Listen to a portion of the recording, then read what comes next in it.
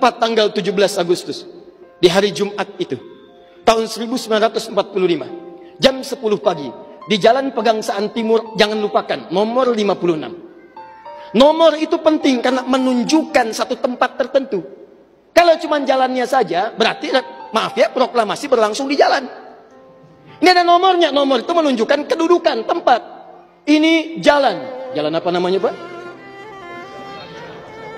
Kistu Kencana, ya, Wisnu Kencana Timur, nomor 27, Masya Allah. Nomor 27 tempat ini. Kalau cuma Wisnu Kencana saja di jalan. Pertanyaan saya, kenapa tidak pernah dijelaskan dalam buku sejarah? Siapa yang punya rumah tempat yang nomor 56 itu? Jalan Pegangsaan Timur, nomor 56. Rumah siapa nomor 56 itu? Ternyata itu rumah seorang pengusaha Muslim keturunan Yaman yang sangat cinta dengan negara kesatuan Republik Indonesia ini. Beliau mewakafkan rumahnya untuk kemerdekaan bangsa Indonesia. Namanya Syekh Faraj bin Marta.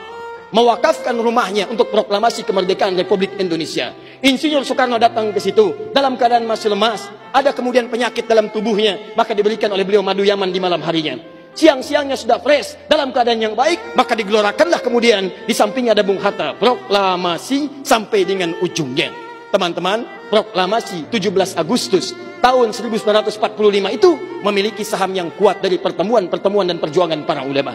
Karena itulah teriakan takbir yang digelorakan oleh Bung Tomo dari Surabaya itu. Allahu Akbar, Allahu Akbar. Terjemahan takbir itu kalau diterjemahkan dalam bahasa Indonesia adalah Allah yang maha besar, Allah yang maha kuasa. Kalimat Allah yang maha kuasa itu negara kesatuan Republik Indonesia mengapresiasi dan menanamkan dalam undang-undangnya. Baca pembukaan undang-undang dasar. Atas berkat rahmat Allah yang maha kuasa. Kalimatnya Allah, tidak ada yang lain lagi. Atas berkat rahmat Allah yang maha kuasa. Dan dengan didorongkan oleh keinginan luhur. Jadi keinginan luhur itu diletakkan di akhir setelah Allah yang maha kuasa. Karena dari dulu itu memang punya keinginan luhur. Pengen merdeka, tapi belum dapat. Siapa kemudian yang mempercepat keinginan luhur itu? Allah yang maha kuasa. Atas berkat rahmat Allah yang maha kuasa. Dan dengan didorongkan oleh keinginan luhur, maka rakyat Indonesia menyatakan dengan ini kemerdekaannya.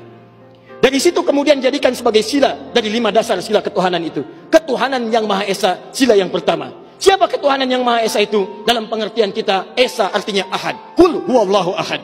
Ditafsirkan kemudian dengan perlindungan dari negara. Pasal 29. Ayat 1 untuk dasar negaranya. Negara berdasar atas ketuhanan yang Maha Esa.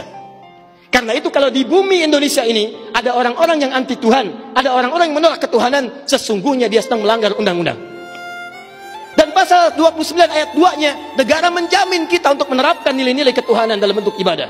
Perhatikan bacaannya. Negara menjamin kemerdekaan tiap-tiap penduduk untuk memeluk agamanya masing-masing dan beribadah menurut agama dan kepercayaannya itu. Bagi kita pengajian adalah ibadah, salat adalah ibadah, zakat adalah ibadah, taklim seperti ini adalah ibadah. Jadi taklim pun dilindungi oleh undang-undang, taklim pun didukung oleh negara, dan kalimat takbir pun itu adalah kalimat takbir yang tertuliskan dalam undang-undang dasar kita. Jadi kalau ada anak bangsa yang anti dengan kalimat takbir, itu artinya anak bangsa yang tidak mengenal perjuangan nenek moyang kita yang telah mewujudkan negara kesatuan Republik Indonesia. Takbir.